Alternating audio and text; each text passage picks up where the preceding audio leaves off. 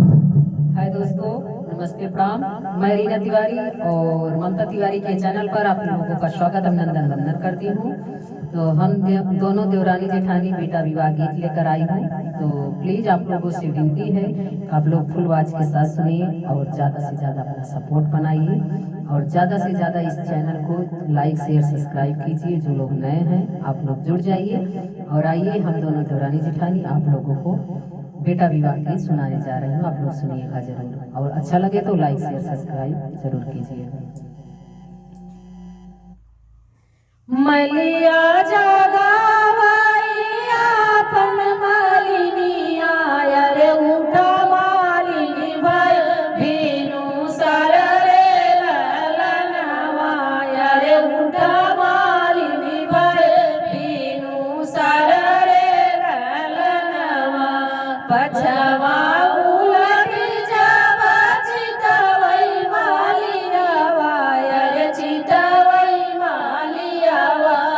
रे उहावा धुलहे रामा ठाड़ रे ललनवा रे उहावा धुलहे रामा ठाड़ रे ललनवा किया तोहरे परी दुल्हा कामा परो जन रे कामा परो जन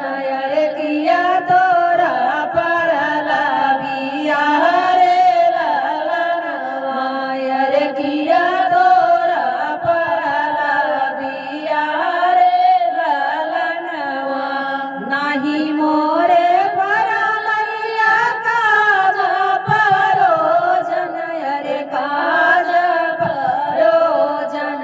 रे नाही मोरा परला बियाह रे ललनवा रे नाही मोरा परला बियाह रे ललनवा बपवा कवने रामा लगना धराए अरे लगना जे राईनी जगाई रे ललनवा रे लगना जे राईनी जगाई रे ललनवा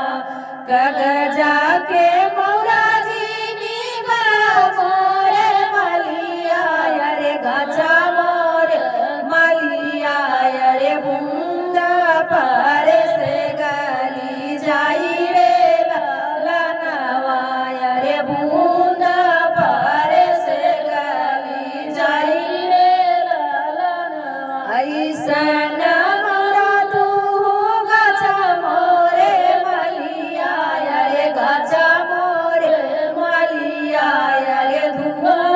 लगे से सहनाई रे ललनवा रे धूप लगे से सहनाई रे ललनवा सेही मौरा पहिरेली दुल्हे कवने रामा दुल्हे कवने रामा पहिरी के चले ससुरार रे ललनवा रे पहिरी के चले ससुरार रे ललनवा सब तनिहारैया राति से बरातिया राति से बराती रे सासु निहारती दामाद रे ललनवा रे सासु निहारती दामाद रे ललनवा किया तू हरा दुल्हे मलिया के जनम रे मलिया के जनम अरे किया लगे मालिवा तेरो बाप रे ललनवा अरे किया लगे मालिवा तेरो बाप रे ललनवा नहीं हम सासू मलिया के जनम रे नलिया के जनम रे नहीं मलिया लगई मेरो बाप रे ललनवा रे नहीं मलिया लगई मेरो बाप रे ललनवा तोहरी वीडियो सासू मलिया के